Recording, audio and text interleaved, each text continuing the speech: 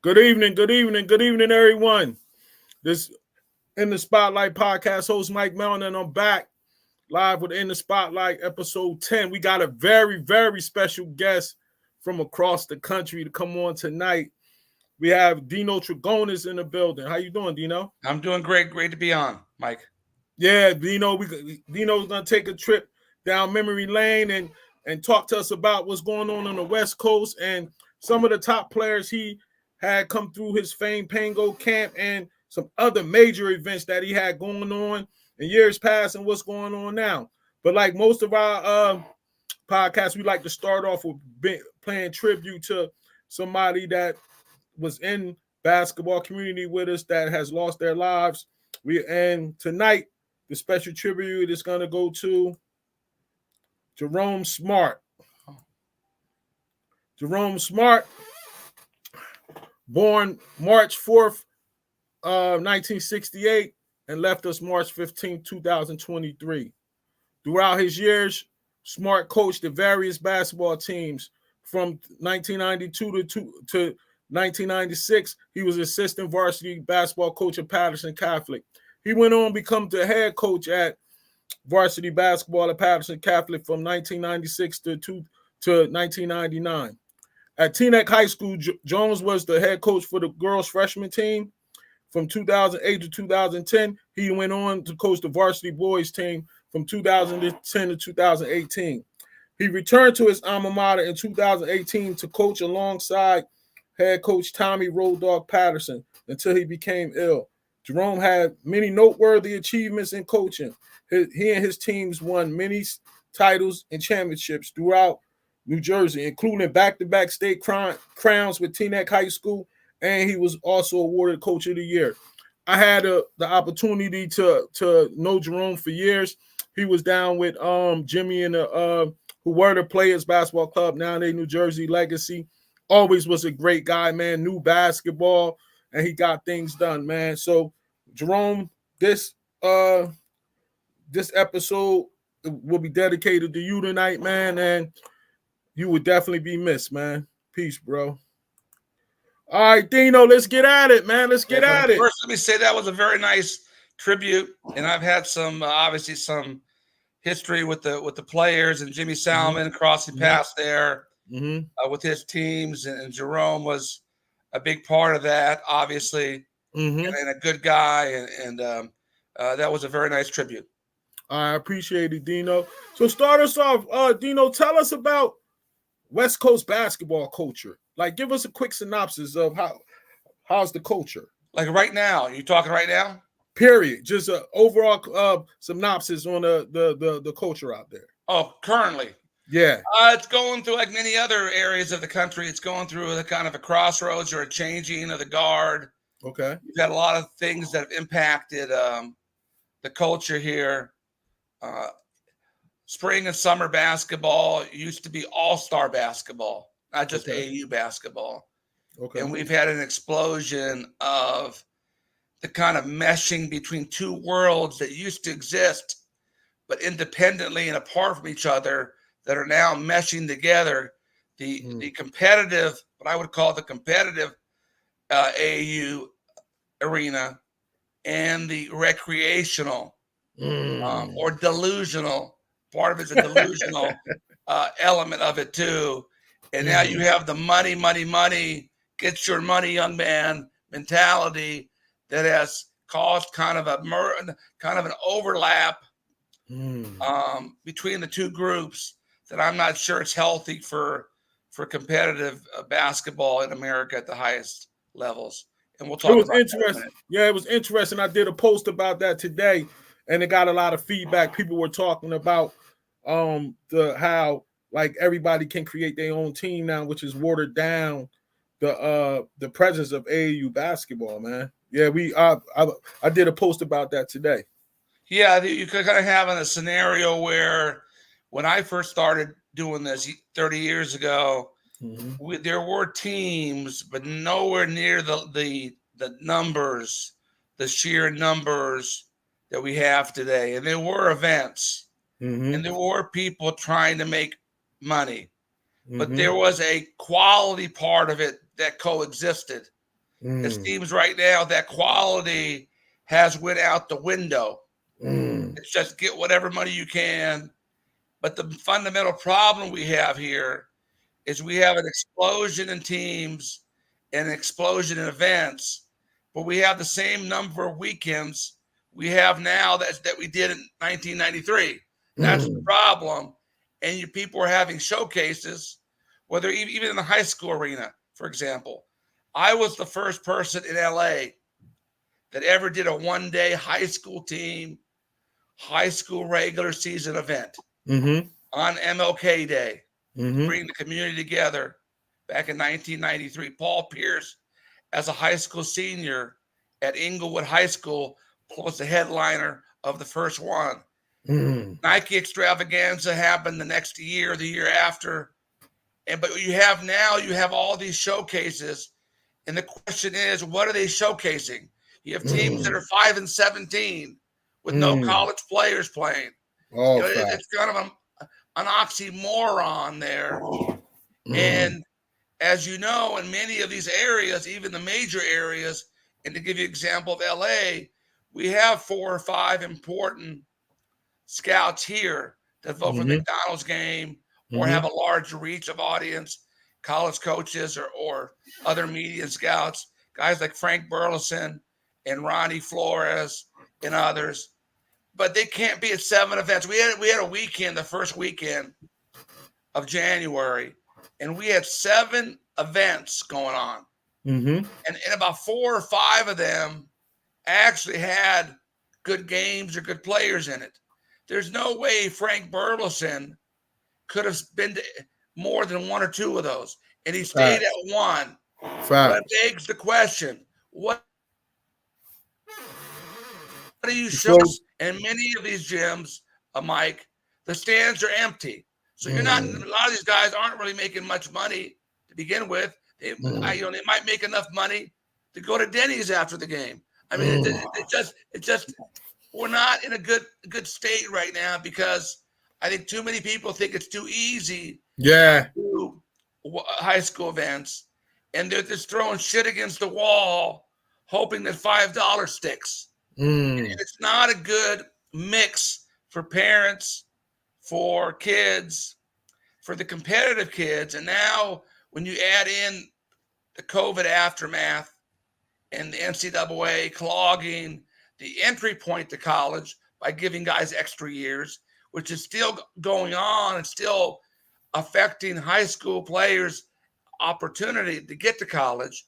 And now even more dramatic is the portal, which is out of control. And now you have a scenario or environment where, whether it's west or east, south or north, high school players as a unit, as a group, have probably their lowest value I've ever seen in my 30 years. I know. I see that, man. It's tough. It's like, where do they go and what do they do? Because so many college coaches is going straight into the portal. Yeah, they're not even recruiting. You'd be surprised how many high school coaches say we're not even looking at high school kids. They're not even looking at them. Wow. And that's the sad part, because as you know, you've been involved in the space in the lower levels too, how hard these kids are working on their dreams and goals, and not to have anybody to even take a look. It's devastating, and has to be devastating for a lot of these kids. And I think we're getting away from, despite all the problems the NCAA has, and they've been wrong on a lot of things. They were wrong on the Tarkanian case of 1992, 93, whatever that was. That should have been, even though they won that case by 1 vote, and I won't get into the details of it because it's probably too complicated for the average person to understand. It basically came down to whether Jerry Tarkanian, had a right to invoke a civil rights statute against the NCAA. And one of the better word would be prerequisites, and they call that standing, is you have to have certain prerequisites in order to sue that person or entity.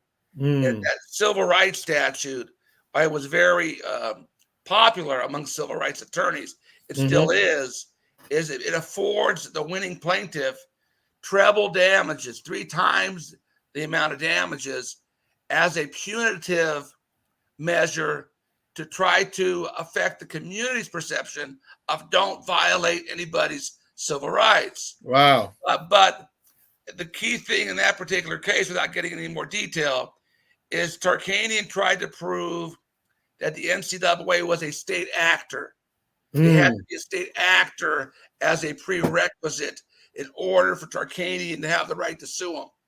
And Tarkanian lost by 1 Supreme Court vote on that. Had 1 vote changed, all the stuff that we're seeing today would have happened 30 years ago. It would have forced them to treat people fairly. When they hold somebody out of a competition or they rule them ineligible, they would have had to give them due process, a hearing, a right to confront the people that are accusing them of wrongdoing, a right to have their case heard in front of some type of judicial type of mechanism. But that still should have been a mechanism, a wake-up call for them. Say, hey, even though we dodged this bullet, how about doing the right thing? Why does somebody have to sue us or threaten to sue us for us to do the right thing? And that's where we are now. But despite of all of that, the one thing that I do champion about the NCAA is the athletic scholarship that's been around now for 70, 80, whatever, how many years it's been. The athletic scholarship has done a lot of good for this country, especially among minority communities, that allowed kids and their families to have their children go to college, have access to college without having to pay for it. And in many cases, they couldn't afford to pay for it, or they would have saddled their kids with very long-term burdensome student loans that a lot of people that are dealing with today that are becoming a drag on their upward mobility or financially. So that's the one good thing. And I think what's being missed here in this NIL scenario and this get money now, get money now, get money now scenario mentality, which is probably a better word, is we're starting to devalue the whole benefit of the scholarship, because for 99% of these athletes, they're not going to be pros. Or if they are going to be pros, they may have a cup of coffee in Ecuador playing for $1,000 a month. They're not going to be in the NBA. They're not going to be in the Euro League, making $1 million to 2 million euros a year. They may get a cup of coffee and be on vacation in France or Holland or Denmark for a year or two, and then they got to come back to the real world. But that scholarship means something. It should mean something. I think what you're seeing now, the way it's being talked about, that somebody cares more about having a $5,000 ability to attract some type of NIL benefit for their name, image, and likeness versus the value of the scholarship. Because the reality is, and people get mad at me for saying that, I'm pro-athlete. I want athletes to do well. But I'm not willing to throw the baby out with the bathwater on this. What's going to happen here is going to be an outcome that people are going to get blindsided with, that is going to catch them off guard. You saw it already with St. Francis. St. Francis basketball and the athletic program, they canceled the entire athletic program because they made a determination. We can't compete in the age of NIL, and we are very constricted by state and federal law, most notably Title IX, which forces us to treat our female and male athletes equally. That's also a very major effect on the revenue sports, because the reality is most athletic departments don't make money. I know. I looked that up. Yeah, people confuse the Ohio State, Alabama football and the Kentucky, Kansas basketball with the norm. It's not the norm. I went to a Loyola Marymount versus Santa Clara game. There was less than 1,000 people there. They're not making any big money. And for a scholarship at these private schools that cost with room and board over $100,000 a year, the truth of the matter is most athletes, and I would put it at 90%, maybe 99%, up in that range. I put it, say it's 90%, be conservative. Don't have value as a name, image, and likeness influencer than the value of their scholarship. And that's okay, because at the end of the day, as we know, the NIL is not an NIL under the theory of what it was proposed.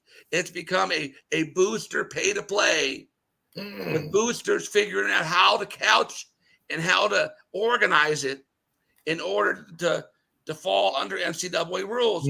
Those kids are not getting money to play at a particular university because they're moving product or somebody's buying services.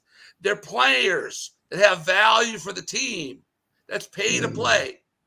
And at the end of the day, I've come to the conclusion, if we have a choice between giving the top 1% of the athletes who are going to be pros in a year or so, if we're going to choose them because they're impatient to make their 5 or 10 million a year from now and shut it down for everybody else, I'm going with the 99%, because those are the guys that need that scholarship the most.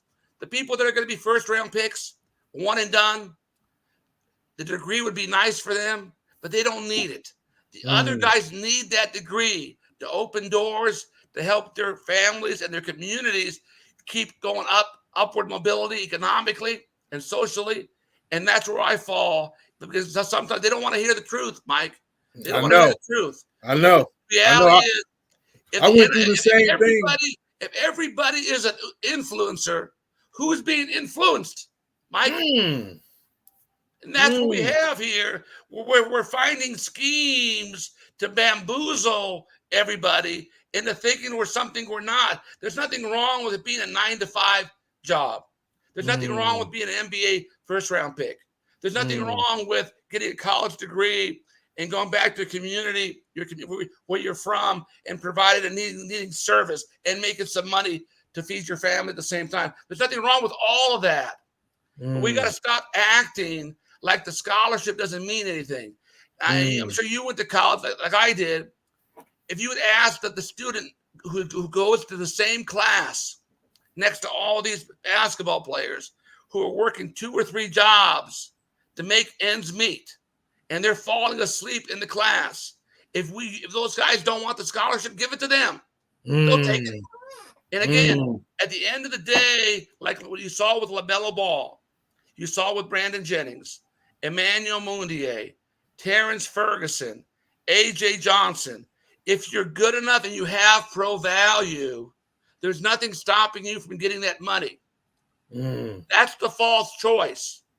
If you think you're good enough to be pro, then declare pro and let the market see where you're at.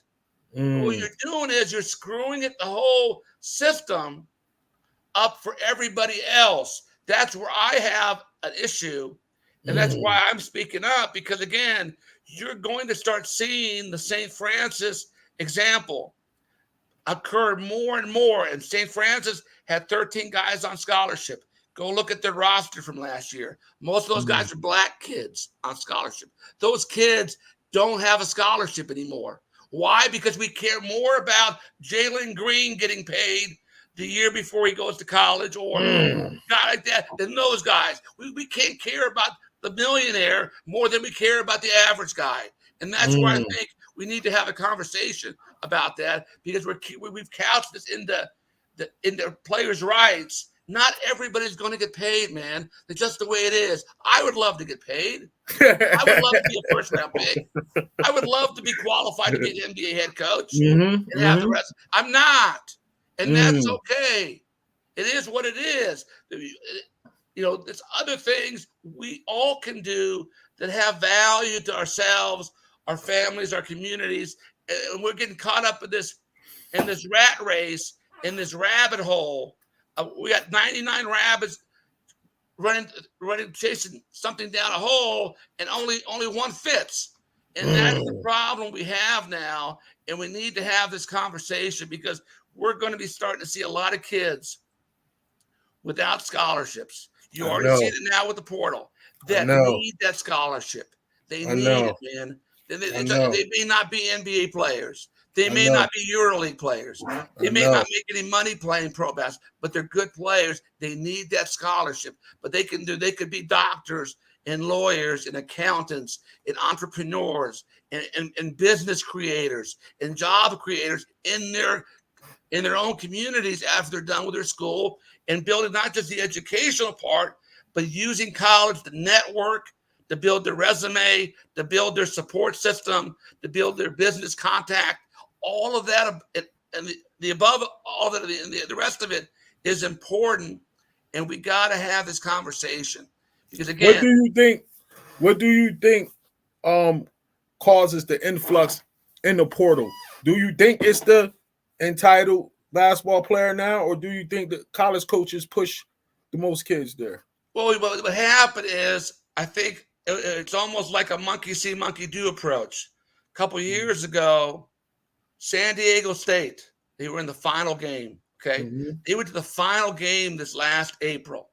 Mm-hmm. If you would ask people in the know and rank the top 7 to 10 San Diego State teams of all time, that team wouldn't be on that list, but yet made it to the final. Why?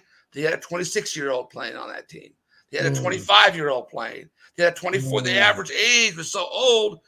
And my original point with San Diego State, I had a conversation with the head coach a couple years ago, and he said, I got to get older. He got older and won. The same, if you remember years ago, that was very similar with BYU 10, 20 years ago when those guys had that religious pause in their eligibility when they went on those missions. They came back, and all those BYU teams, they always won 20 games. Yet we didn't know one guy on their team. They were older, smarter, more. It was almost like playing with older guys at the playground versus kids. You know, they weren't quicker, more athletic. They were just smarter, older, bigger, stronger. And it's very obvious now that the bigger, stronger version is popular. And it's monkey see, monkey do, where people are following the trends.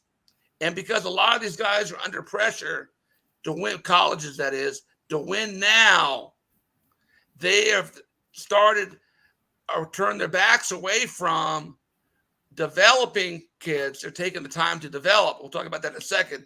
And going to what I would call taking AAU recruiting to the college level. Because that's what they're doing. They're stealing from each other. That's the new popular thing to do. These coaches are stealing from each other using the NIL market. You see it in football. Guy commits to one school. The next day, he commits somewhere else. What happened? Somebody offered him more money at midnight the night before. I mean, it's just out of control. I'm not sure how this thing is sustainable. And you saw it now with Nick Saban. You saw it with Jay Wright. The college coaches who have been icons in those sports. They've had enough, whether they admit it publicly or not. They're not dealing with it anymore. They're not going through all the bullshit. They're not going through all the headaches of not having anybody be loyal for more than 24 hours, because that's how it goes now. And you had the recent court ruling, which makes everybody a free agent at any time, and that's a disaster. But we definitely need some federal intervention here, because there are some sports crazy states that don't really care about integrity, or they don't care about fairness. They'll do whatever they can to stack the deck so their in-state school beats the rival from the other state. You know, and that's where we are right now. It has to be a federal intervention. That's why, as you know, they hired a former mayor, a former governor of Massachusetts as the new NCAA leader, because they know the only way the NCAA is going to survive if they can somehow navigate a path where they get some type of protection. If they don't get any kind of federal protection, or lack of a better word, federal bodyguards moving through the street, they could be done, because it will be the Wild West. And going back to my original point, at what cost? You might have 10 teams compete for the national title in football every year. What about the other 350 Division I programs? How many shut down? How many scale back? How many, you know? All right, let's take a little trip in the past. I definitely something I want to ask you about. I see you broken in the 90s with your scouting service with the Eddie Jones All-Star Classic and the full court All West camp. And give us a brief synopsis on how basketball was for you in the 90s when you did all three of those Yeah, things. it was kind of a funny thing. My youngest brother was finishing up. He was a pretty good player, all region. They call it all CIF out here, all region player coming up. But he went to he turned down a Division II scholarship to go to junior college, and then went to Division III afterwards. But he won a state title in junior college at Long Beach City College. In 1994, they beat a team in the semis, Chaffey College, George Tarkanian, Jerry's son, coaching. Grant Rice, the head coach of Bishop Gorman, was on that team. His brother Dave Rice, who played with Larry Johnson and Stacey Augman, and Anderson Hunt, Greg Anthony on the famous 91 UNLV team. He was an assistant coach. And then Brandon Jesse, who went to Utah with Rick Majerus, was on the Ventura team. They beat in the finals. That was coached by Phil Matthews, who was a long-time junior college and NCAA Division I assistant. And his kids, Jonah played at USC, and the other older son played at Cal in Gonzaga. So that's where it started. I ended up coaching an unsigned senior team with my brother in the old Slam and Jam Spring League. And for many years, Izzy Washington, God bless his soul, rest in peace, had that league going for many years. And the best players, it was hard to get in that league. You had to be a player. I had a couple high school teammates that were good enough to be in the league. So I know that league fairly well. And I ended up coaching a team that won that senior division of that league with my brother, a guy named Mark Neal, who would later go to Long Beach City College with my brother Pete Zverkos. And then he went to South Alabama, where he played for Musselman's father at South Alabama back in the mid to late 90s. Although he did visit St. Joe's with Phil Martelli before he decided to go to South Alabama. That's how I first met Phil back then, when he was the head coach at St. Joe's in your neck of the woods there in Philly. And they kind of mushroomed from, again, back then you had the high school season. Izzy did the league. Then you had a couple summer stuff. Izzy had a very nice summer tournament in Long Beach at Long Beach State. Rich Goldberg from ARC partnered with them the week after in Vegas. John Farrell, who had been a longtime coach in Vegas first, had hooked up with Nike for many years in the 80s and then 90s to do the Nike Summer Championships in Vegas. And John would later go to San Diego, and he was a longtime coach at Torrey Pines in Del Mar near northern San Diego, where Steve Kerr's son played, and where John Olive, the former Villanova assistant, who became the head coach at Loyola Marymount, when he was done at Loyola, he retired down at Torrey Pines, replacing John Farrell. And those two guys probably have coached a combination of, I would say, 40. There's been, in the history of that school, it has two coaches, John Farrell and John Olive, for about 40 years or so. I don't know the exact amount. And then you had, that was kind of the crux of it. There wasn't much fall ball. There wasn't much other camps. And then for a couple of years, when Sonny Vaccaro decided to come back in with Adidas and challenge Nike, that's when he created in Vegas with a guy named Larry McKay, the Big Time. And the Las Vegas Big Time would become the competitor to John Farrell's Nike tournament. And John Farrell played at the old UNLV campus gyms. Those two gyms separated by a long hallway that most people take for granted now, not very used at all last 10, 20 years. But those gyms had some memorable players because May Fisher, if you remember, also did an Easter tournament and an end of summer tournament. And you had guys like Paul Pierce, Kevin Garnett. I coached against Corey Maggette and May Fisher in Vegas. And then that was the beginning of it. And I started a high school event in 95. But going back before that, right about that same time, the NCAA decided to open up the fall as an evaluation period. Okay. Allowing people to have events. Very few people didn't know that.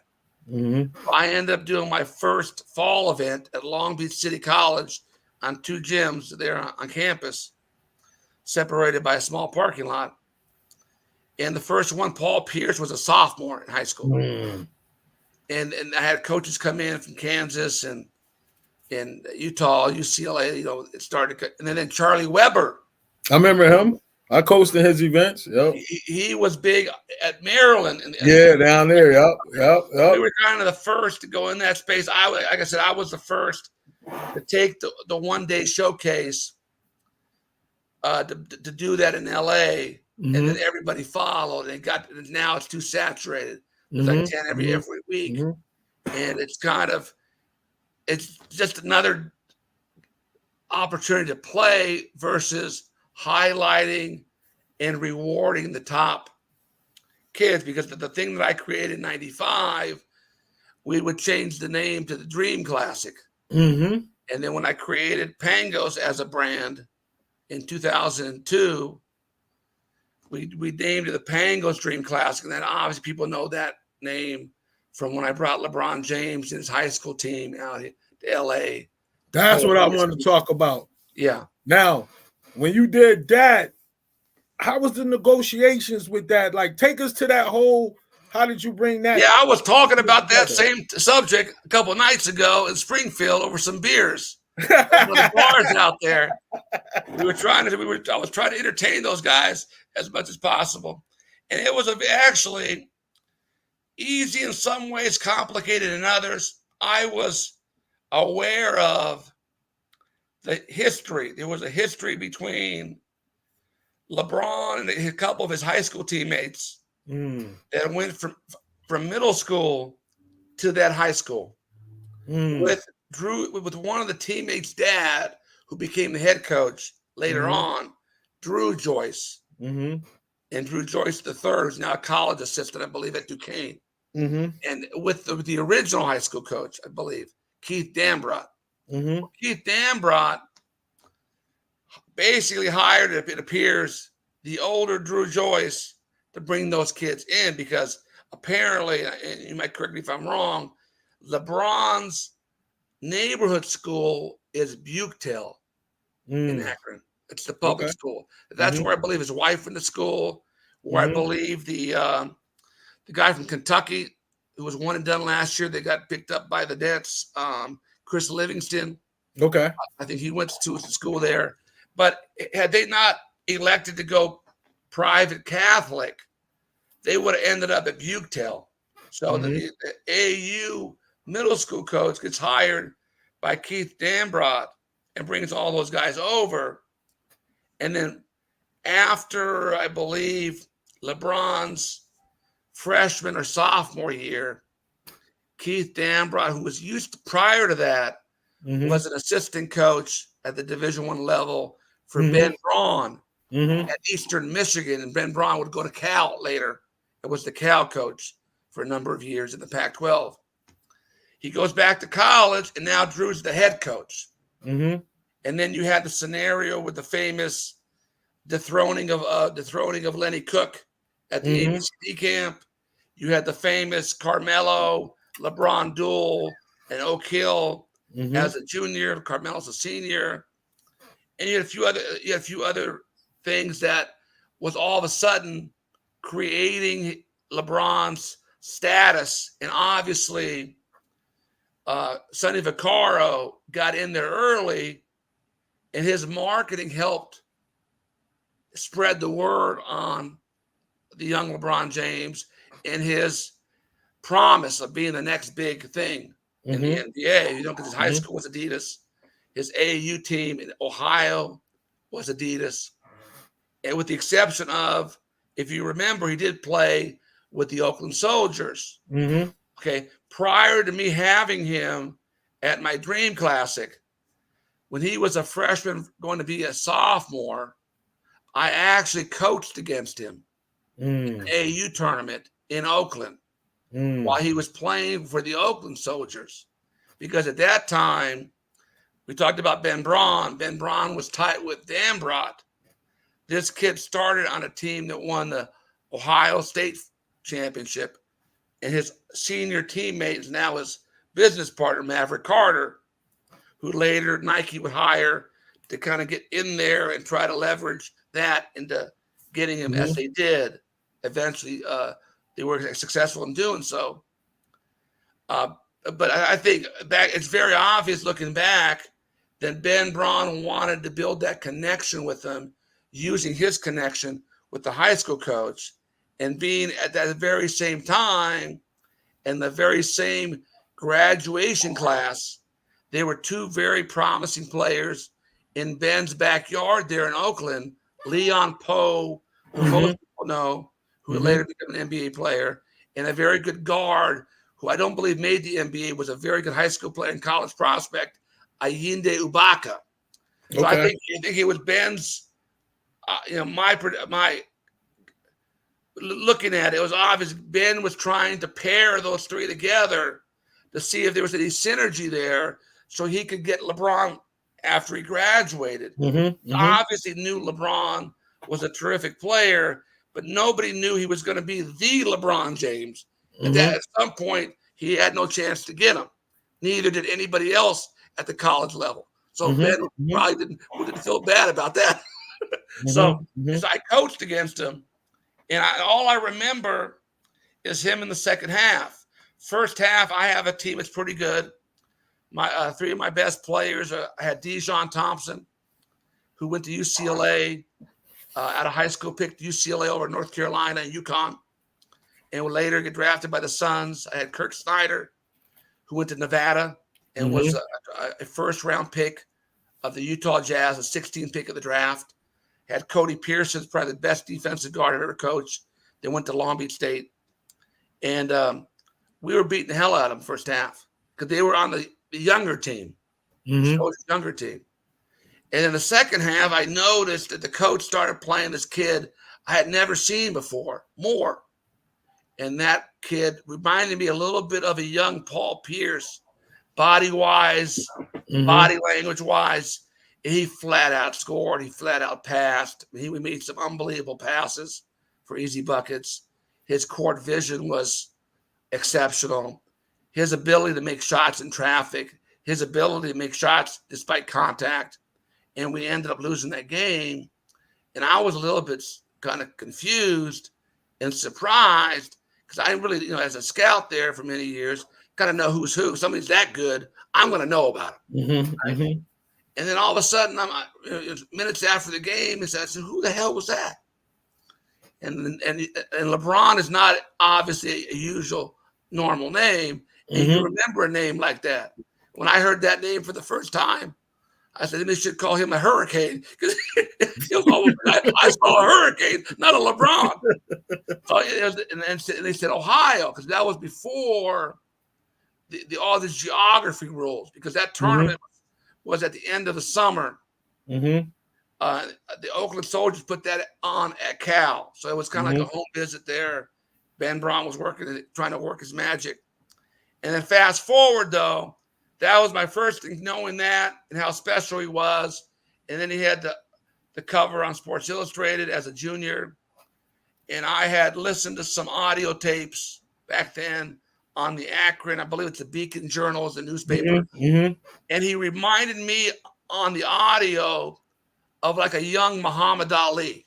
His command of the language, his command of responding. You felt like you were hearing a pro already, not a high school kid. And then that told me something too about his mentality and his poise, his persona. And then knowing that back in middle school, and most people don't know this, LeBron James was in the finals of the AAU Nationals, 14 and under, but he did not win the game. He lost to those guys, right? He lost to a team from Southern California. Yeah. My understanding is his shot might have got blocked at the buzzer by a kid named Mark Bradford, who was about 6'2", 6'3", who was a basketball and football player and would later go to Stanford, he was their top athletic wide receiver at Stanford. And I think he might have got drafted but a year or two in the NFL, but he was a big-time athlete in high school. Mark Bradford blocked a shot, but he went to Fremont, L.A. Fremont, where Eric Davis went to school and a lot of other well-known baseball and basketball people. But there was 3 other kids on that Southern California All-Star team that went to Modern Day, and I knew that. So when I was thinking about my 2023 Dream Classic, PANGOS Dream Classic at UCLA, I was thinking, who can I get to really, rejuvenate? Because I had a couple of years before Dominguez Westchester, Dominguez Crenshaw. It threw about 7,500, 8,500 in back-to-back years. And I had kind of a couple years there in 2002 and 2001 that was a little bit lackluster. So I was looking to kind of rejuvenate the event. And I knew Chris Rivers, who was one of your recent guests, very well, like you did. And I went to him and I said, hey, do you want to invite their team? Can you have any recommendations? He goes, yeah, contact the coach. So I contacted Drew Joyce, and I offered him a chance to play at UCLA against Modern Day, against 3 or 4 of the guys that beat him to avenge that loss. And you can surprise how long it didn't take to say yes. Wow. Because he was not only the coach of the high school, he was the coach of that team. He was bitter about that loss. About as bitter as the players were. And he loved that opportunity. But then you had also the dynamics of that where the school recognized his value and started charging for the first time ever that I can believe an appearance fee for the basketball team, which was now that's public. It was $15,000 per game. Now, that being said, that's why, if you remember, as a senior, when they constructed their schedule, it was all individual games because no tournaments, even the City of Palms, weren't going to pay 15 times 4 to have them there, because City of Palms would have had to pay them 15 times 4, 60,000. And as you remember, and I've been to the original gym there at Bishop Verreau High School in Florida. That's not a big gym it's not a big gym, and they would need a gym of about 4,000 or 5,000 people to be able to justify paying anybody that amount of money for one team. So that's why the tournaments didn't get him. So that being said, he committed to it. And later on that year in the summer, he had taken his team to the big time where he was an Adidas team under Sonny Vaccaro's umbrella. And that was about 6 months before the event. And I met with Drew Joyce again and his wife at a P.F. Chang's in Vegas, that's on Paradise near Flamingo, that I believe is no longer there. So we went there and went all over the details, and it was kind of that where it got a little bit complicated there. Wanted certain things. Obviously, the coach of Modern Day, he wanted certain things. So it ended up being a kind of me trying to finesse it the best I could, and ended up being able to at the end of the day. And we actually had a good event because at that time, Nike and Adidas were in a fierce war. Nike had just hired Maverick. They were using that leverage as much as they could. They had moved Lynn Merritt, who's now retired, from the Ken Griffey project. He was involved in Ken Griffey's marketing. They moved him over to be the spearhead, trying the LeBron James acquisition to be. I told somebody this the other night, and some people don't believe this, that actually Phil Knight came to the game. I know that's the first time I ever saw him live. Yeah, I never seen him before. Yeah, he came to the game, and I had known about it in advance because Nike had bought about 250 tickets, and including the entire courtside baseline of one side. Adidas bought about 50 to 100, I forgot what it was, including the baseline courtside of the other side. And I was seeing, I was processing all the names and lists, and I knew exactly where everybody was sitting. And I had I was kind of having fun with it a little bit. I actually intentionally put Phil Knight and Sonny Vaccaro on the same exact seat, 94 feet across from each other. they were watching the game, and they were 94 feet from each other watching LeBron run up and down. Now, I spotted Phil coming to the game by accident. He actually came by himself, believe it or not. I happened to be running around, and I was at the pass gate where the VIP pass gate was, and I heard somebody tell the lady there, because she asked him what his name was, obviously, on the pass list, and I heard the name uttered, Philip Knight. And I just stopped. I just kind of turned, and there he was. Wow. Hat, sport coat, dirty jeans. He looked like he had a pair of $30 Nikes on. He would look like I don't know whether that was intentional or his style, that was a style thing, whether he was trying to stay low key to the maximum. And there he was. He walked right in, and there was no bodyguards. I remember, no security. He walked right in. Nobody knew who he was, other than some people in the know. And then I saw him several years later when Tyler Dorsey played at Oregon. I would see him in the Oregon games. Especially when they went to the Final Four as well. And so then, of course, that game went to like ultimate levels, ESPN, everything. It was definitely a joy to watch. Yeah, you know what happened, Mike, on that was I had offered that game to Fox, and they turned it down because ESPN was only going to televise one game that year. Most people don't realize the early December game from Cleveland against Oak Hill. They televised on ESPN2. Was the only game that was going to be televised. Wow. And they apparently got the second highest ratings at that time. ESPN2 was fairly new. I remember that. Years. And the only thing prior to that was a Dale Earnhardt race. So I would happen to be in December. I was exploring making shoes at that time under the Pangos brand. And I was visiting factories in Korea. And I was at a Westin in the port of Busan, which is the second biggest city of Korea. And I saw USA Today, the top of the sports section, LeBron James, high school phenom, second highest rated on ESPN2. Wow. Well, back then, if you remember, we weren't quite into all the answer machines on your phones and the emails and all that. We were still kind of in between, kind of making the transition. So I was like many other people. My answer machine was one of those little boxes you could connect to your phone. So when I got back home from Korea, South Korea, I'm checking my messages, and I'll never forget because I had become friends with Dick Vitale.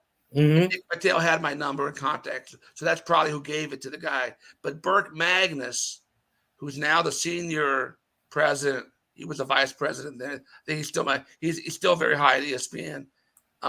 He left me a voice message. So we were aware of this game at UCLA, Pauley Pavilion, Mater Dei, and the whole thing with them having the higher rating the first time, they decided to televise the January 3rd game that I won. And that's how that happened.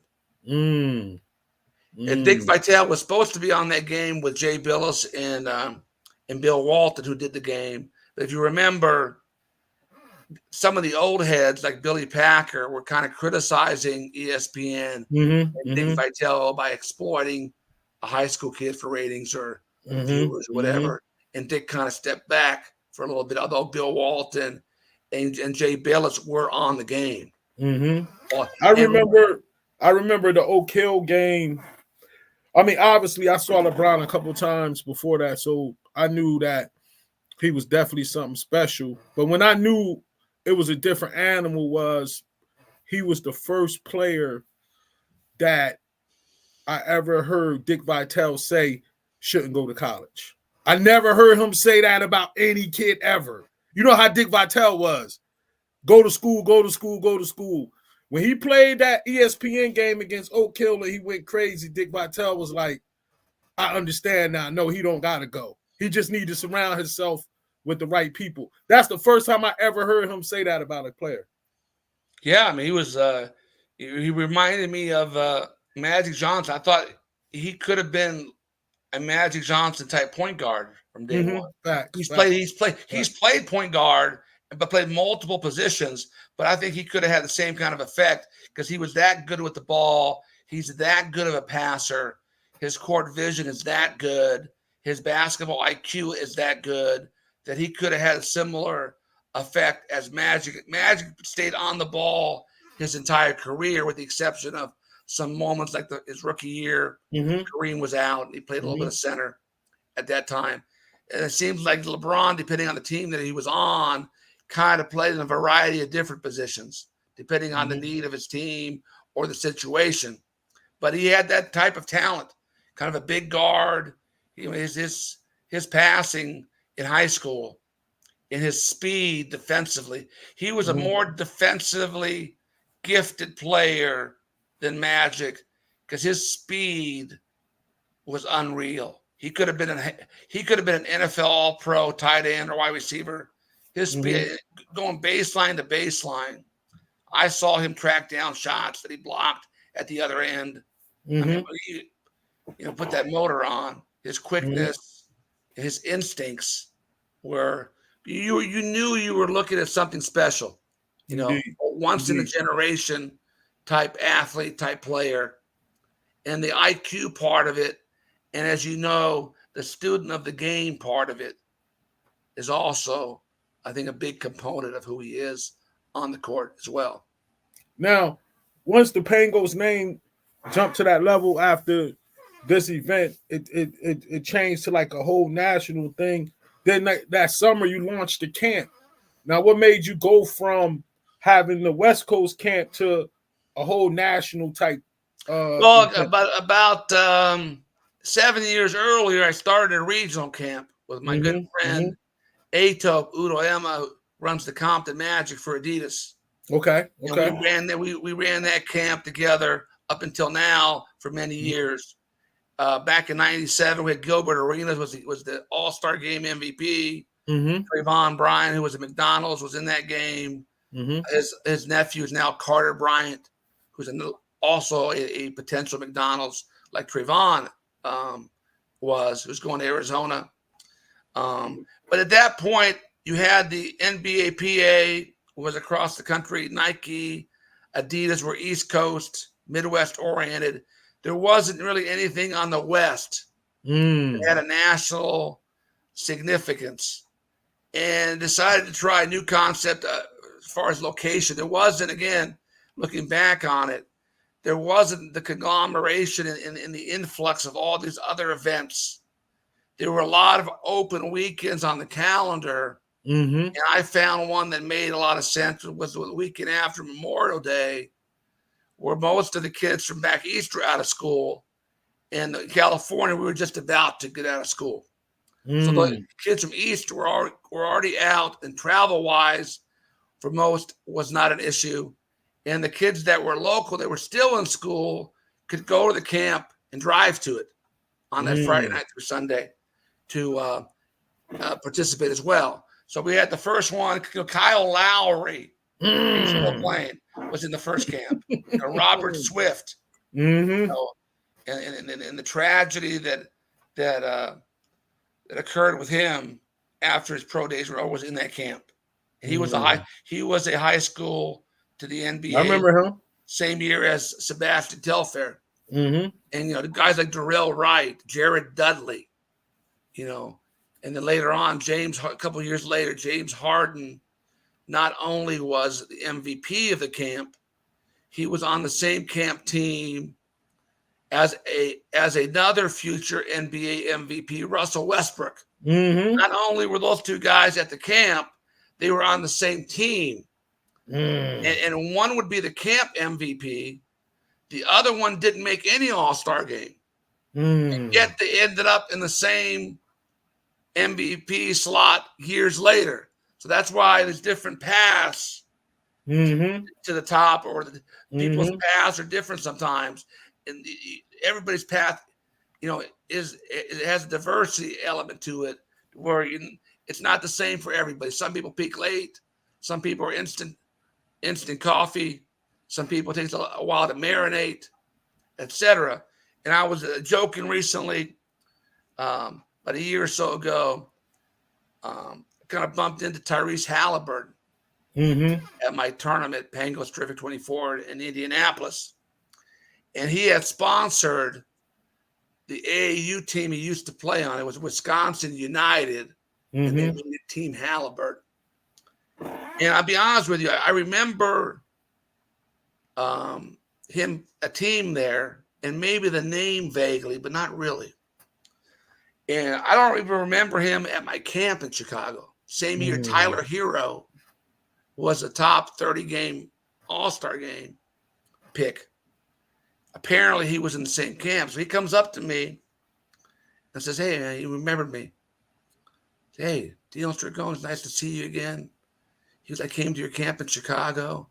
And when he said that, I was like caught like a deer in headlights. Wow. I don't remember him from the camp. Wow. I'm not sure what to tell this guy. He's just obviously blowing up down the NBA. He's become a terrific player. All those assist games are off the charts. And then he goes, "I want to thank you." So at that point, I didn't know whether he was kind of pulling my leg or about to set me up or whatever. He goes, "I want to thank you for leaving me out of the All-Star games." Bengals All Midwest Frost Soft Camp. He's from Milwaukee area, suburbs, 2 hours to the north there. And he goes, I was so mad that I was left off the All-Star games. The whole 2-hour ride home, I was telling myself, never again will I let anybody leave me off an All-Star game again. Wow. So he got home, he started shooting in his driveway. Wow. For hours after hours. I guess his mom had to drag him in at midnight or something that night to get him off the driveway basket. And it kind of motivated. So we kind of shared a laugh and had a couple of chuckles. And I told him, "Well, I'm glad that I was the motivating force in your life that helped you reach new heights," I told him. And that being said, I said, considering you just signed a max contract, this might be a good time for a donation, I told him. Since I was one of the principal motivators. Now, around what year of the camp did you say to yourself, "I got something here"? It was probably, the Harden thing was good probably when I moved it from the original camp location in Cyprus. It was kind of a warehouse, 3 courts. When I went to USC and I had John Wall. That was my first guy who was a number 1 player in the country came to camp. Take us to that moment when he was there. Yeah, he was like a blur. I mean, speed-wise, nobody stayed in front of this guy, man. His speed, he was like watching a Kentucky Derby thoroughbred with the ball. He was so fast with the ball. So fast with it. And he was obviously dominant. At that point, he had made his ascent to number 1. I think Brandon Jennings had come the year before. Mm. It was also number 1 as well. But Brandon was a local kid that I had a relationship with for years, since middle school. So Mm-hmm. getting him to camp was not as hard as other guys that didn't know me that well at that time. And John was kind of the one that kind of vindicated Brandon's appearance with the year after. And I think it got a lot of people to stand up and take notice that this camp was worth coming to. What was your selling point, being that people already had camps that attracted the kids by sneaker affiliation? What was your selling point to get these people to come out to the West Coast? Well, part of it was the kind of West Coast exposure, kind of Okay. have these guys display their skills to a group of people that may not normally see them. Okay. Also, destination, going somewhere, weather-wise, just geography-wise, that had appeal. That was another part of it about it. I was able to generate as good, if not better, media turnout than any other camp that existed, other than the live periods. And it also kind of also created an opportunity for guys under the radar, like Anthony Randolph, who went to LSU from Arkansas, I believe, or was it Oklahoma? Arkansas, that nobody knew who he was, and then he used that moment to catapult himself. He actually went to Texas. He went to Dallas, Texas high school, but I think he originally was from Arkansas. But he later would be a first-round draft choice in the NBA. And then it's like anything else. You kind of build it brick by brick, and you focus on the quality. And the area of LA had a lot of talent to begin with. So being able to keep those guys involved brought the other guys, and it gave it a little bit different flavor. It was kind of a different experience than going to Teaneck or going to Indianapolis or going somewhere else. And then later on in 2016, I had got the camp NBA certified. And I'm actually, even now, I'm the only entity or person outside of a billion-dollar shoe company or a major NBA star that has an event that's certified. Wow. Now you got the camp rolling, and you got to select these players. I saw something where you look at rankings a little bit different than a lot of people that do rankings, in terms of you feel that it should be based on what they're doing now, like on this level, instead of projection? I think it's a combination. I think the fundamental problem with a lot of rankings, not all of them now, it seems like the people doing them have lost track of their audience. They think their audience are NBA GMs rather than college coaches, because a good college player doesn't necessarily make a good pro. And a good future pro doesn't necessarily help a coach keep his job by winning. The guys that have been fired from jobs and had first-round picks on their team. So it's a different scenario. I think it's more of a combination. I try to look for a lot of normally I start with a kind of a general formula that 75% of my kids are going to be juniors who are going to be seniors. Guys who are finishing their junior year and are about to be seniors. 20% are going to be current sophomores who are going to be juniors. And about 5% are current exceptional freshmen that are going to be upcoming sophomores. And I've had an occasional 8th grader or two, not many, a very talented, like a Tyler Dorsey as an 8th grader was good enough. Steven Zimmerman as an 8th grader was good enough.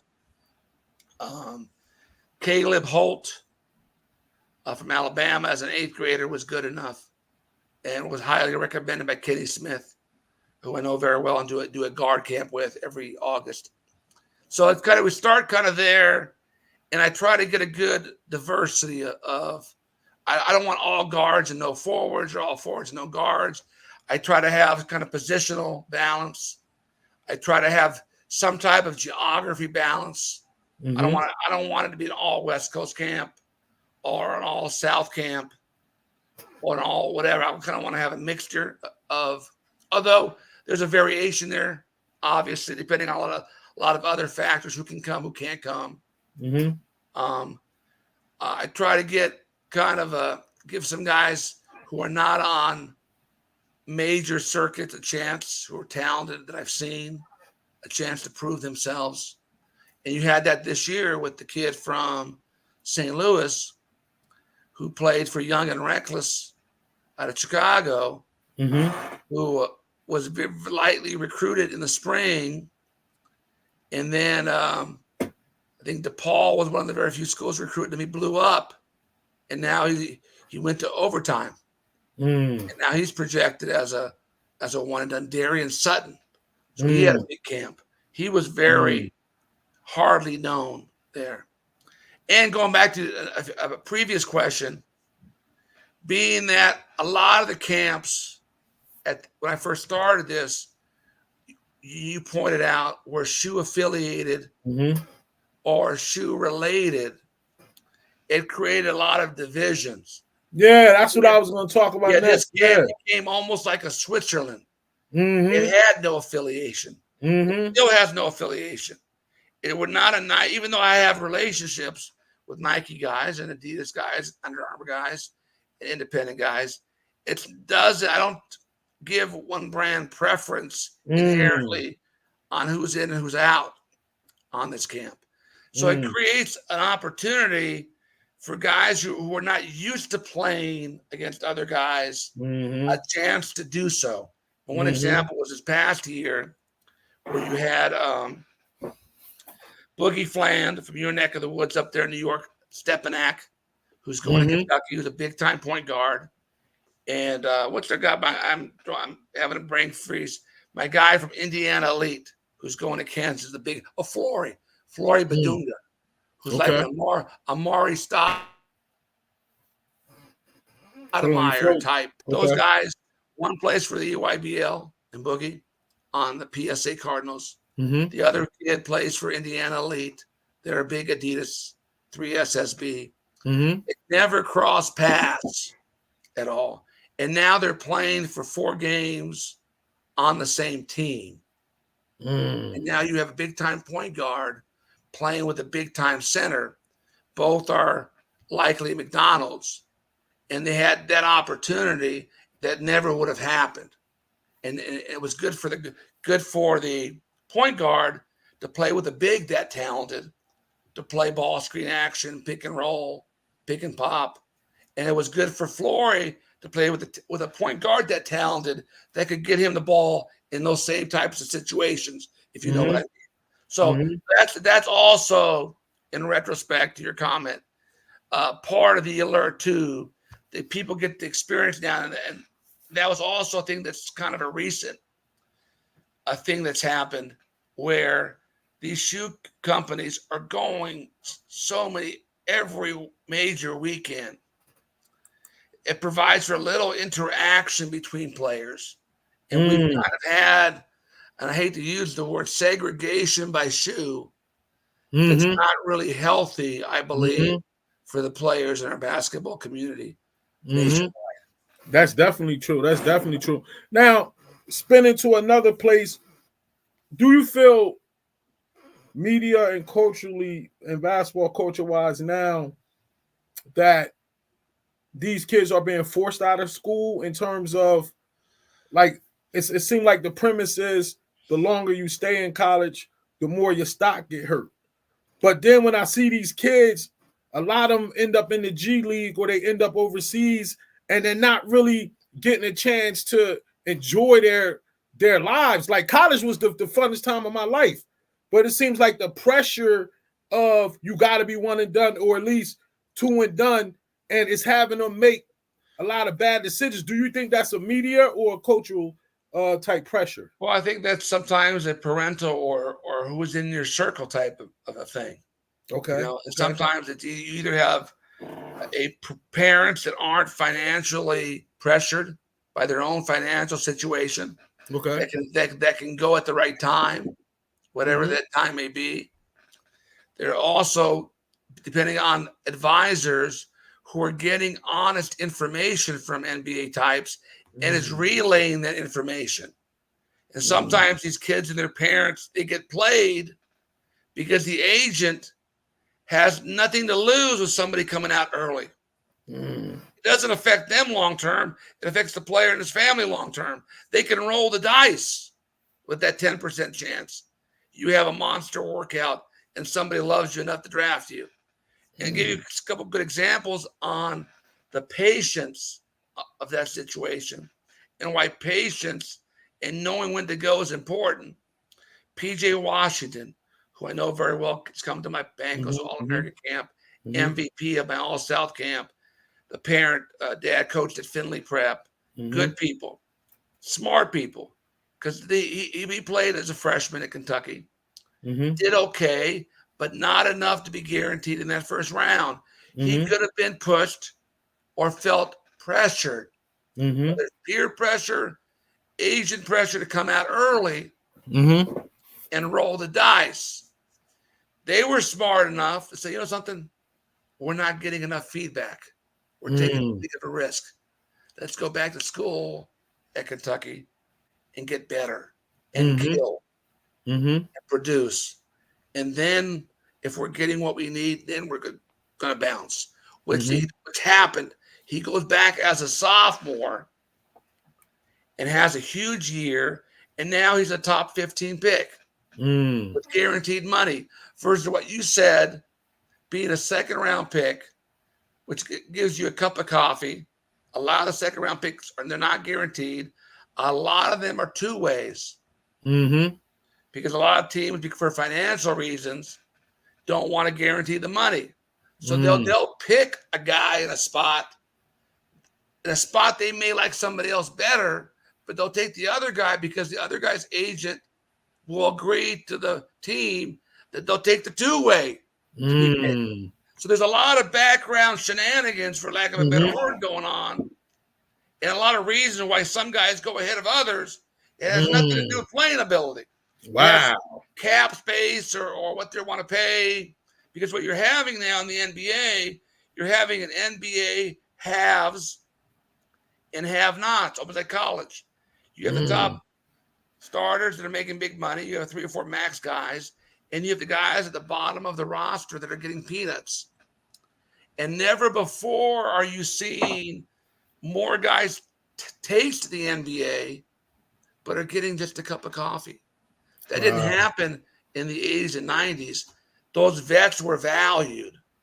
Mark Jackson was valued. Jock Vaughn was valued. Vinnie Johnson was valued. Those guys would have shorter careers now if they played now, is because there's guys in the Euro League like Mike James that can go for 20, 30 in an NBA game. But they don't want to pay him $4 or $5 million for his age and years of professional resume. They'd rather take a two-way kid for peanuts. And you saw it with the Celtics a couple of years ago, where the Celtics came this close to winning the whole thing. Had they had a better bench, think about it. The Celtics had a Mike James on that bench. If they had a Vinnie Johnson on that bench, if they had a Michael Cooper on that bench, if they had a Bob McAdoo on that bench, they might have beat the Warriors. But they had guys who were on 2 ways, 10 days, G League, call-ups. It's all about saving whatever money they can at the bottom of the roster because they're getting hammered at the top of that roster. And people don't realize, even with these billionaires, not everybody is like the guy with the Clippers, where he's got so much money, it doesn't even matter. But a lot of owners still, if they could save $4 or $5 million, that's their summer home in the south of France next year. That's their new house in Miami. So I got one more question before I get to my 5 cards. Do you think that it should be something put in place to help these guys with their mental health when they're done playing, they gotta transition back to regular life? Yeah, I think mental health awareness is obviously very important. But ultimately, too, I think what's also important are the things that lead to bad mental health. Mm, When you're lying to these kids, when you're lying to these parents, when you're mm, creating a culture of entitlement they can't recover from. mm. People want to deal with the aftermath, but they don't want to. It's almost like preventative medicine. You want Okay, to okay. deal with the ER room when the guy's having the heart attack or the guy's has the diabetes flare up, and you don't want to deal on the front end with getting the guy's health, eating well, Mm, living well, getting mm, early signs addressed. And that's where we're at. I'll bring up something that was kind of funny and sad at the same time. There's a AAU team in the West Coast. It's an independent team. And this guy loves his kids like everybody else, does a good job. He's been able to get in bed with a couple coaches that kind of give offers to his kids. He's trying to recruit kids against shoe teams and other teams. So he has guys giving him, I hate to use the word, but I have to use it, fake offers. We all know mm, about that, okay? So he's throwing fake offers out as if he's getting the fake offers. He hasn't been long enough to realize there is no loyalty in this game. mm. He thought by doing so, he would create loyalty, which, as you know, even with the portal, you got one quarterback committing on Monday, on Tuesday somewhere else because the night before somebody offered him more money.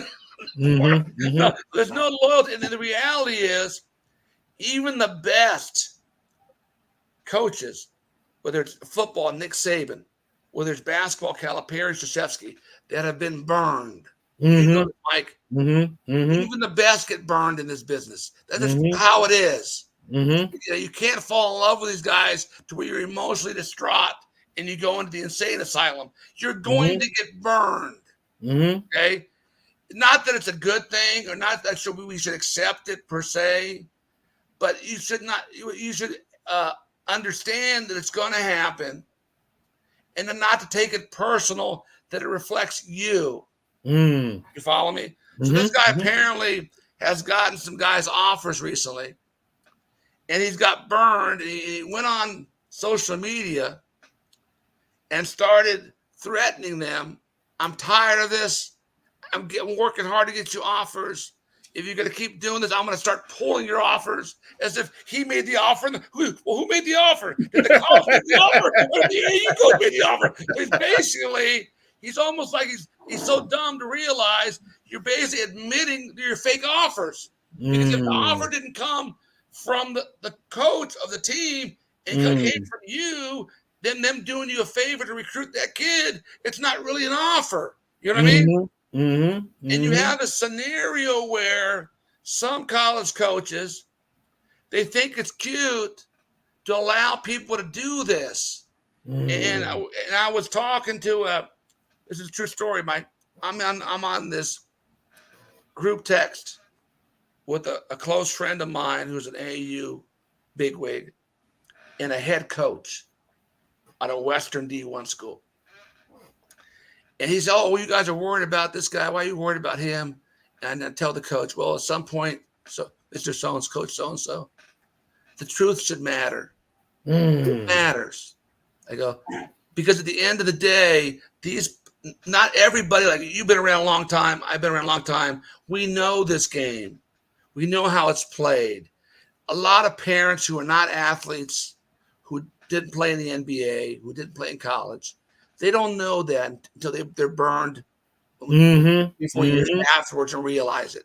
At some point, they don't deserve to be deceived.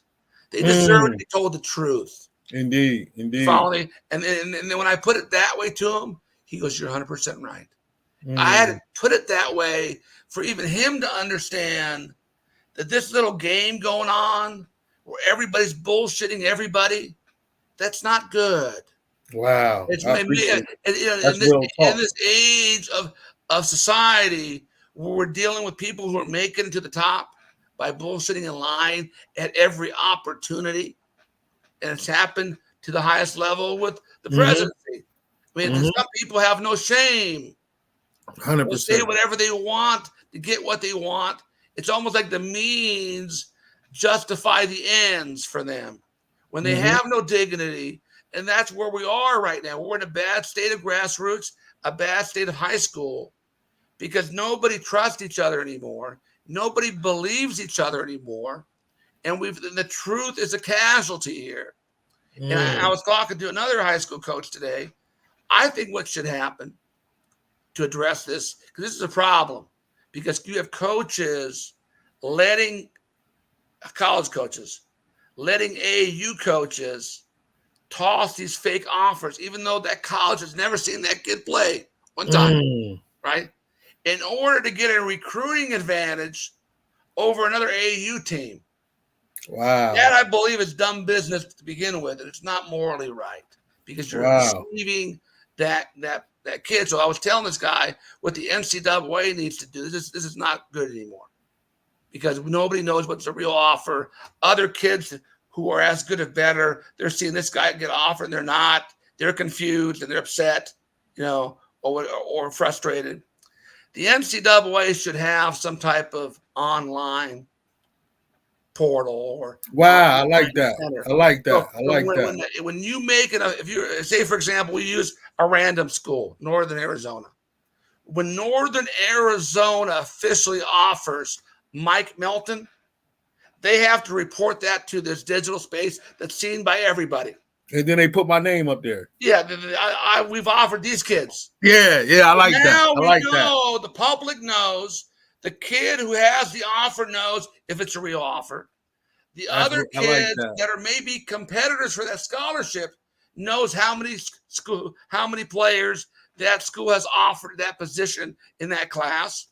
I think that's a better, more transparent way of doing it that would pay more dividends and be more fair, because the truth matters, man. We're losing sight of that fact. All right, we're about to get to the part of the show where we do the 5 cards. Okay. This one I bring up 5 things that to see your responses of them and different parts of your life. So let's start off with this one. Wow, that's a long time ago. Actually, what ended up happening in that photograph, the one sad. The first thing is there's a lot of pros in that photograph.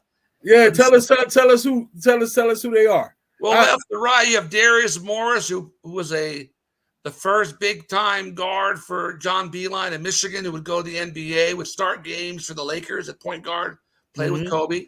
James Harden's on that team, right to his left. You have Gary Franklin, who played at Mater Dei, and then Cal and Baylor is right behind him.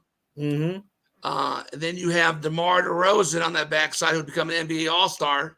You have an NBA MVP, an NBA All-Star, 2 lottery picks. You have a Ronaldo Woolridge on the far right. That's Orlando Woolridge's son that played at Tennessee and USC. He's now a up-and-coming rapper / singer in the music business under the name Swiper Boy, apparently. And then the guy in the white T-shirt, white jersey, that's Gary Ferguson's brother when he needed an extra body. My salary cap had expired. I was over the salary cap and had an extra body. And unfortunately, the last guy I'm going to mention, Sam Ferguson, the guy with the ball, is no longer with us. Oh, I'm sorry to hear that. He was shot in what appeared to be a random highway drive-by shooting where apparently some gang members may have mistaken him for another rival gang member on a freeway not far from Cerritos on the 91 freeway. He was getting off the freeway, and maybe they confused the car with somebody else, or they thought he was somebody else, because his grandfather is a pastor and Sam's brother Byron is a longtime referee. His brother was one of the 3-man referee guys that did the modern day St. Vincent St. Mary's game. Byron Ferguson. He was the one brother in the referee crew and on that game. And then Sam, people see that and they see Sam probably around 20 years old, 21, was basically murdered on a highway and not far from where I live. So there's a lot of memories there and a lot of tragedy too. So it's kind of but those guys he had a chance to play with, in his short life with a future NBA MVP, NBA All-Star. There's 3 NBA players in that photograph. Next slide. What was your thoughts when this happened? Yeah, I think that was FBI. I think it was an overreach. I think it was an overreach. The law they used to go after these guys, it was never intended to go after college basketball assistants. It was meant to go after mobsters, big guys who were defrauding, large numbers of people out of millions of dollars. It was never meant to go after behavior that, although was against the NCAA's rules, did not inherently violate any type of federal law in my book. It was kind of a stretch. Yeah. And it caught in the optics of it. And that's why I was a little bit surprised. The optics of it were basically targeted guys that were all black. I know. It was not a good optic for the FBI at that time. And I think you have there and the repercussions of it.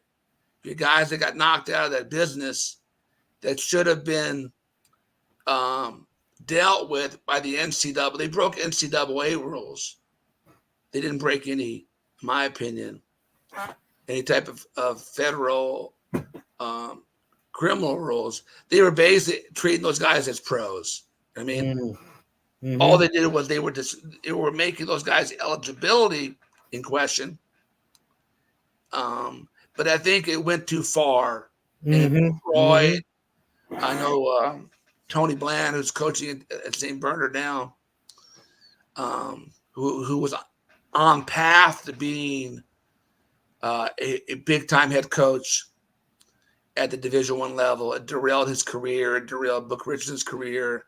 And it wasn't fair because now they're doing that right now. It doesn't make any sense. And actually, to be honest with you, I've thought about doing something myself about it, as far as getting to certain people. Cory Booker from your state is a prominent senator and a former NCAA athlete. I know Vic Kostarfin, the mayor of Camden, who's a good friend of mine, who helped me put on the Eddie Jones games that you referred to earlier in the stream. And it's been on my mind to kind of get to Vic, to get to Cory, because what these guys need, they need to get a pardon. They need to get to Biden, and Biden needs to pardon these guys to get this unjust blemish off their record. There needs to be a presidential pardon for these guys because it was unfair. It's one thing to lose a job by the NCAA. It's another thing to brand these guys as federal criminals. They did not deserve that, by no means. That's deep, brother. All right, next. Unbelievable. I was there to see it. He didn't know Johnny Juzang, but Johnny Juzang would later recover from that, go to a Final Four, make the NBA, thank God. And Johnny's family, great people, the Juzang family, Harvard Westlake. and the bounce he had was reminiscent of Ronnie Fields. I mean, it was that.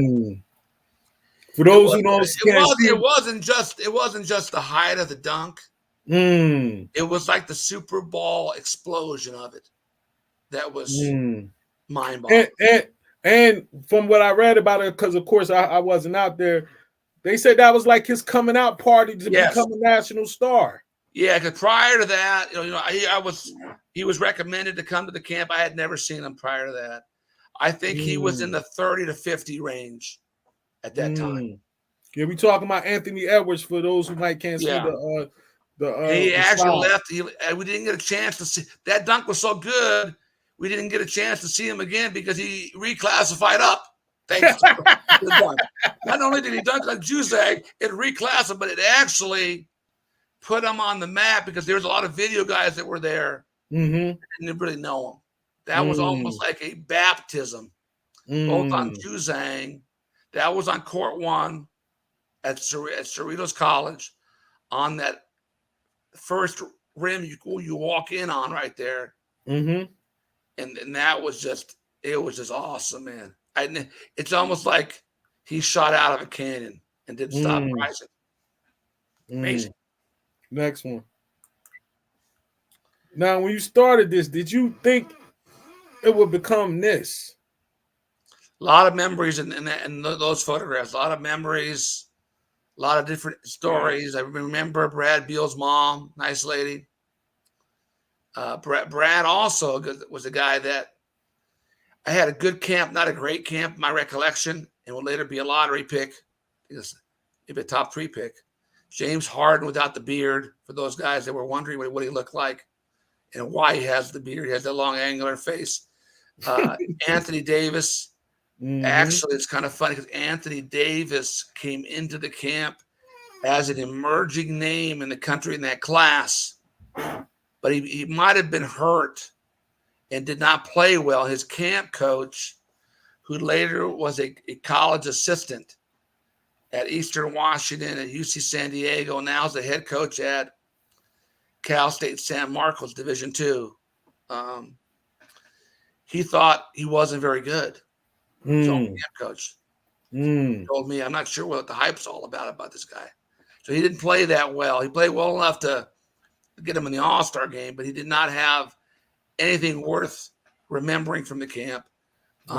Cade Cunningham, I had discovered for myself at my All-South camp for the first time for 2 years there. At the same time, he was in the same class as R.J. Hampton, who many people thought was the number 1 player in the country at that time, and they lived in the same area. And I didn't see much difference. And actually, after my camp, I called Andy Enfield from USC. And I said, you heard the name Cade Cunningham? He said, no. I said, well, I got a suggestion for you. You need to get down there, call Fort Worth, Texas, and offer this kid right now. This kid is the real deal. He had never heard of him. And then obviously Cade was with Montverde and Oklahoma State, number 1 pick. You have 2 number 1 picks and actually 3 number 1 picks. And those 3 number 1 picks, the other 3 are lottery picks. And then De'Aaron Fox, also a regular at my All-South camp. I saw him have I don't know if you've ever seen the tip jam. If you think the Anthony Edwards jam is impressive, this is right behind that. He had a tip jam as a sophomore over a 7-footer. If you Google, Mike, when you get a chance after the show, De'Aaron Fox, Pangos All-South, you're going to find it.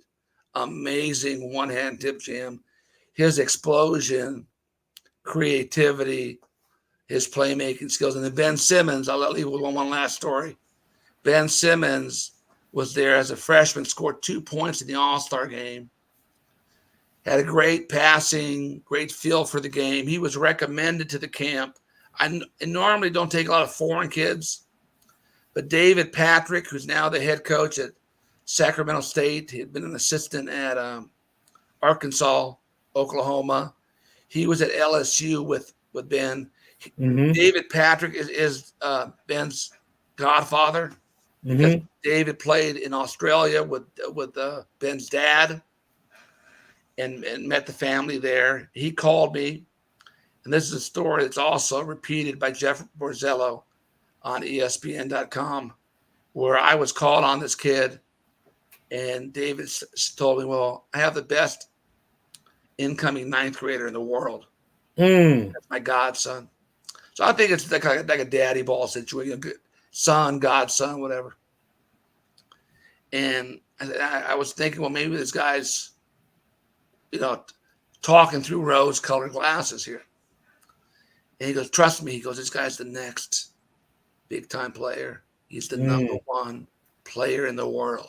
He didn't say USA, in the world. I asked him, well, David, does your godson have a name of his own? He said, yes. And then I heard for the first time, Ben Simmons. I said, all right, man, I'll do you a favor this time. I told him. But if this kid turns out to be a bum, I gave him the kind of Latel Vaughn Philly type spiel on it. If this guy turns out to be a bum, you're never going to hear the end of it. And I'll never forget, they came in a couple days early with his dad, and I picked him up from LAX, and I took him to Long Beach, and we had breakfast right on the water there at a really good breakfast spot called Schooner and Later that's known for its morning drinks, alcoholic drinks as well. But a terrific scenery overlooking the marina there, having breakfast that seems like only yesteryear with Ben Simmons. Wow. A lot of great memories. Last one. Last slide coming up. Is this about his game or about his influence? This is kind of a tricky situation. It's a tricky thing because, again, of no fault of his own, the influencer thing tag was pinned on him like a donkey. I'm not sure he asked for it early on. Then I think he rode the wave of it. And then he got involved with the wrong people. And also, again, sometimes we have to speak the truth. Not everybody is blessed with the ultimate or optimum, is a better word, support system. When your parents are having issues of their own, that very often it has a negative effect on the kids. And that's what putting nobody on blast or nobody pointing the finger at anybody. But the support system, there was nobody there to grab him by the neck and pull him aside and say, hey, you're not doing this tonight. You're not hanging with these guys tonight. You saw with John Morant. You see, he's having a gun pulled on him or something. My question was, does he even know this guy? What's he doing at his house? If somebody's pulling a gun on me, that says something about me, letting that guy in my house. Do I know him? Do I not know him? Or do I know he's a violent? It doesn't make any sense, Mike. But it goes back to another thing with LeBron. I'll never forget. LeBron had a very good support system. He had an uncle there. I remember on my weekend with him that was on there with the team and there with his family, an uncle that was basically a watchdog. There was a time that LeBron tried to escape with the girl in a car during that weekend. And I don't want to say too much about this, but sure enough, before that car rolled off, there was the uncle, grabbed his ass out of that car, brought him back in the lobby of the Sheraton LAX, said, hey, man, you ain't going nowhere. So unfortunately, we have a scenario where the support system is sometimes there, it's sometimes not, but that's why ultimately, we hear the phrase, it takes a village. It takes a village to raise these kids. And sometimes other people need to, if they can, when appropriate, step in and provide guidance. I'll never forget where Mikey got introduced to people like the guy NBA Youngboy, who's got a rap sheet longer than an NFL quarterback playbook, apparently.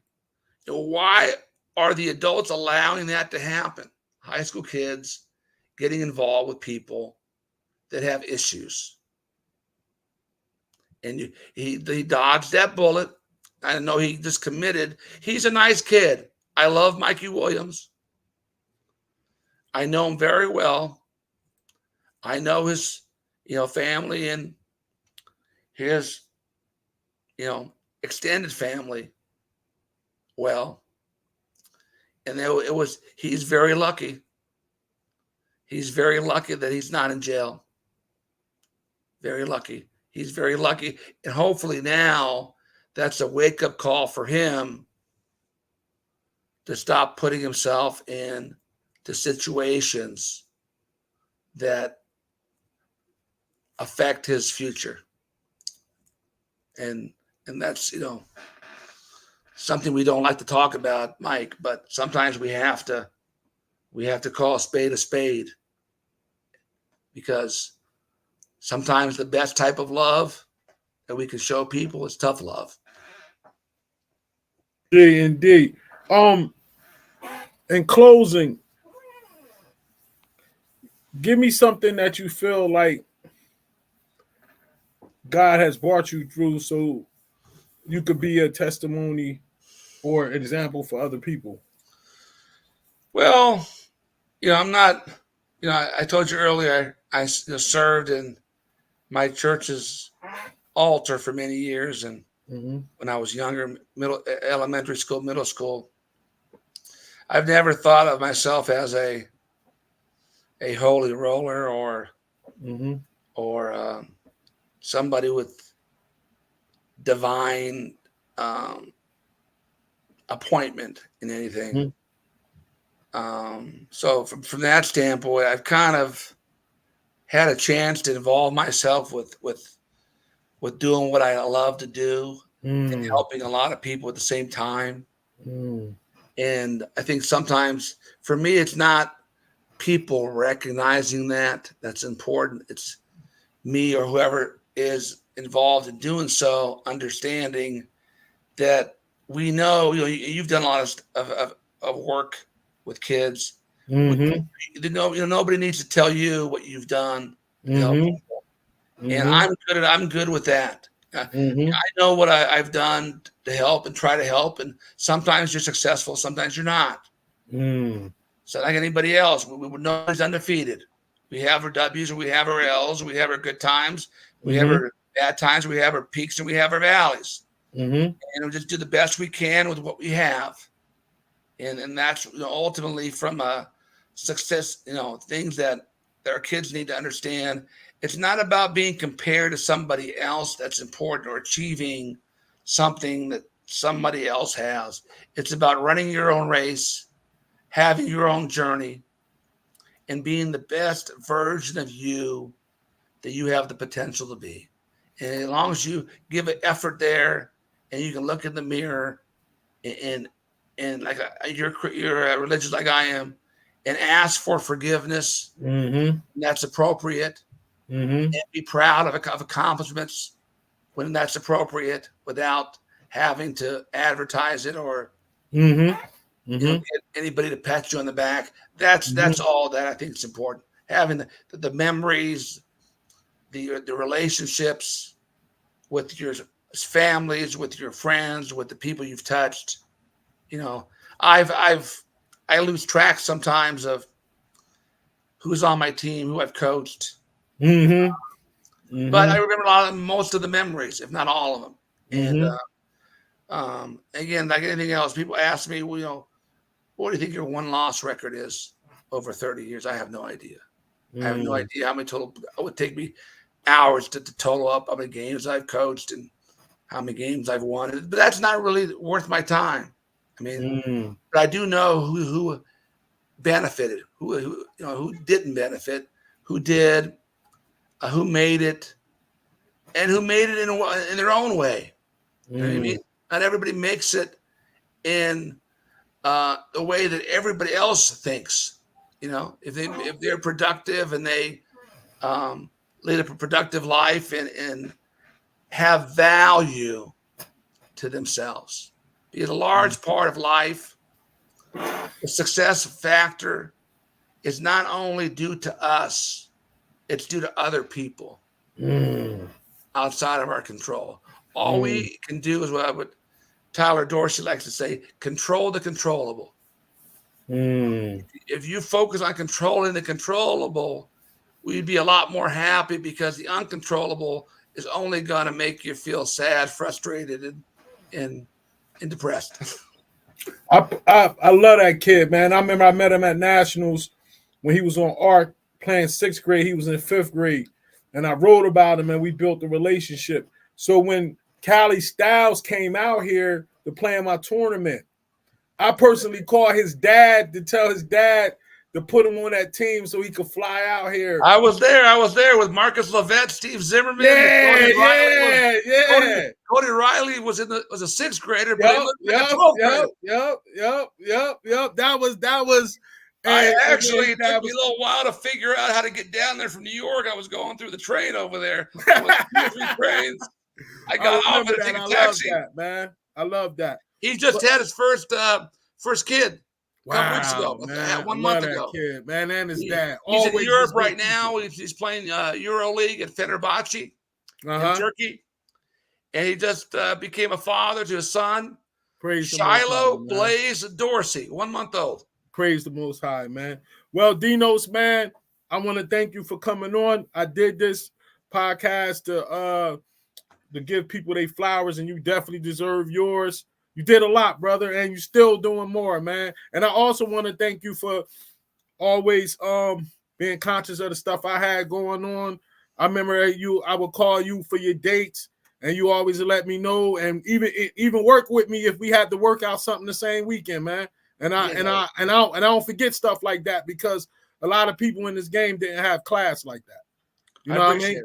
No doubt, man. So I want to thank you for coming on, man. And when it's over, I'll send you the link of the podcast, and I'll be putting up highlights of it, and I'll make sure I send you the highlights too. Okay, great. Appreciate being on the show. All right, thanks, Dinos. All right, have a good one. All right. Thanks, bye. I want to thank you guys for coming on again in the Spotlight Live. That was a good one. Dinos gave us a lot of information, man. I can't wait to do these highlights and look at the replay. Tomorrow I'm going to have Terry coming on the Soberhead podcast. This good brother's going to share his experience, strength, and hope. And I hope you guys have a good night tonight. Enjoy the rest of your night. Shalom.